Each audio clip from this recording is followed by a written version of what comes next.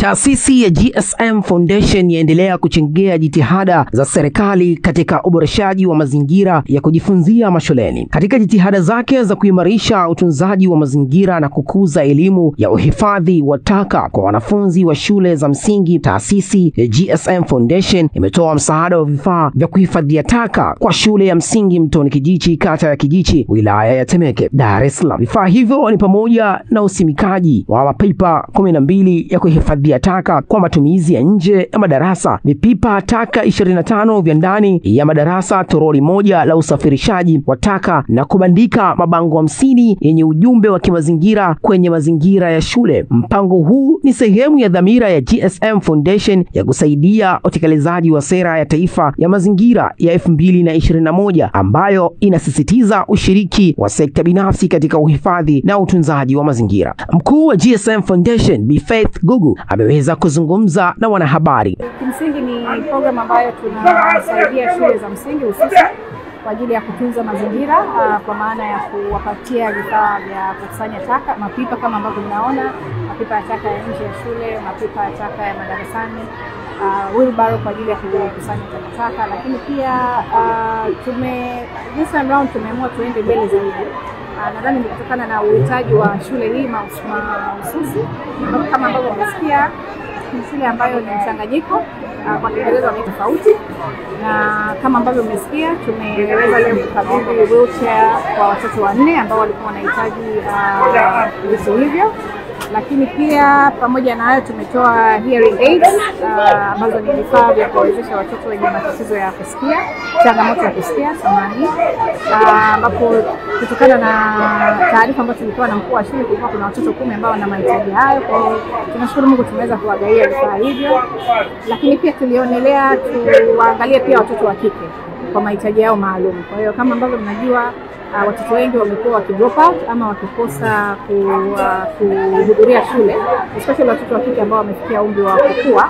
Kwa hiyo tukaona ni vizuri kuwagaia reusable sanitary pads ama taulo za kike ambazo unaweza ukatumia zaidi ya mara moja. Kwa hiyo tumeleta box 100 kwa ajili ya watoto hao wa kike, na kama ambavyo nimesema, huu ni mwanzo. Nilikuwa nazungumza na mkuu wa shule, akaniambia kwa awamu ya kwanza, hata wakati wanakuja kutuomba msaada kwa mara ya kwanza walikuwa wanasita. Nadhani hawakujua kama tungepokea mahitaji yao na kurespond kwa haraka kiasi hicho. Lakini kama ambavyo umeona, nimetoa ahadi kwa uongozi wa shule kwamba tutaendelea kushirikiana nao.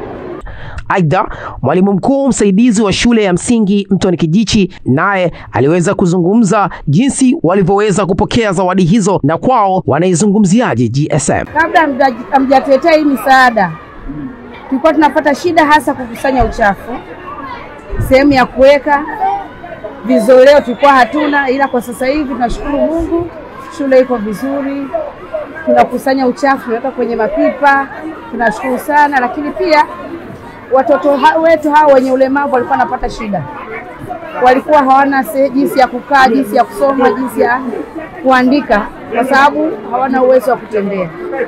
Sasa kwa vile mmewaletea hivi viti, kwa kweli vitawasaidia sana na walimu hawatapata shida, hasa kuwapeleka sehemu ya kujisaidia. Kwa hiyo itakuwa ni rahisi kwao kwa sababu walikuwa wanabeba na wengine ni wazito. Kwa kweli tunashukuru sana sana sana. Na pia bado tunahitaji msaada mingi kwenu. Tutazidi kuwaomba msituchoke kwa sababu shule ina mahitaji mengi sana. Lakini pia tunahitaji hata vifaa vya tehama kama kompyuta, laptop, hata tablets zozote. Tunahitaji kwa sababu wanafunzi wanahitaji kujifunza kuhusiana na utandawazi, lakini hatuna hata chumba maalum kwa ajili ya kujifunzia kwa sababu hatuna vifaa hivyo. Amina Bakari ni mzazi wa mwanafunzi mwenye mahitaji maalum. Aliweza kuzungumza changamoto ambazo wanazipata, lakini pia vile amewashukuru GSM Foundation kwa hiki ambacho wamewafanyia. Huku ninakaa na mtoto ambaye ni mwenye mlemavu. Kwa hiyo tuna changamoto sana. Changamoto zipi ambazo? Tuna changamoto ya bima ya afya. Magharama kubwa kuhusu dawa zao. Kwa hiyo tunaomba msaada, mtusaidie. Changamoto gani? Mtoto ana changamoto, ana usonji, hana kumbukumbu, kiingia zinapotea. Kwa hiyo ndio hivyo. Inabidi nikiingia hapa asubuhi saa 1 6:30 natoka saa 6:30 kwa sababu namsubiria, siwezi kumwacha hawezi kurudi mwenyewe nyumbani. Ndio. Leo kapata msaada gani? Leo kapata msaada, kapata sabuni. Nashukuru. Lakini kubwa zaidi hitaji lako ni lipi? Kubwa zaidi ni bima ya afya.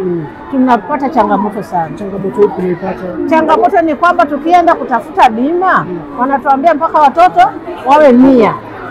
Na watoto wa usonji, wazazi hawana pesa ya kuweza kuenea hata watoto 50 ili tupate bima. Kwa hiyo tunaomba msaada wenu, mtusaidie. Kama tutapata bima hata ya moja mtu akipata hiyo hela, basi tupate msaada.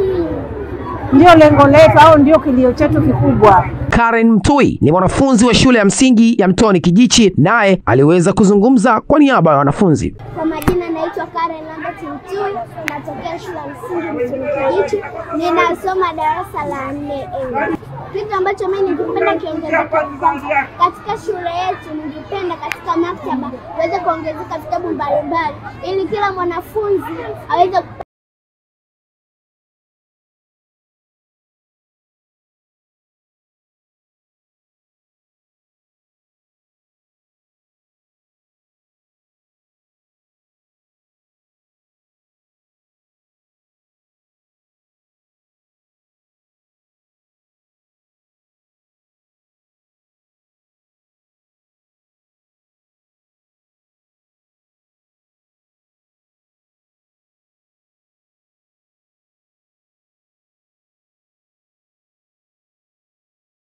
Usisahau kusubscribe kwenye YouTube channel yetu. Hii ni CWG Digital.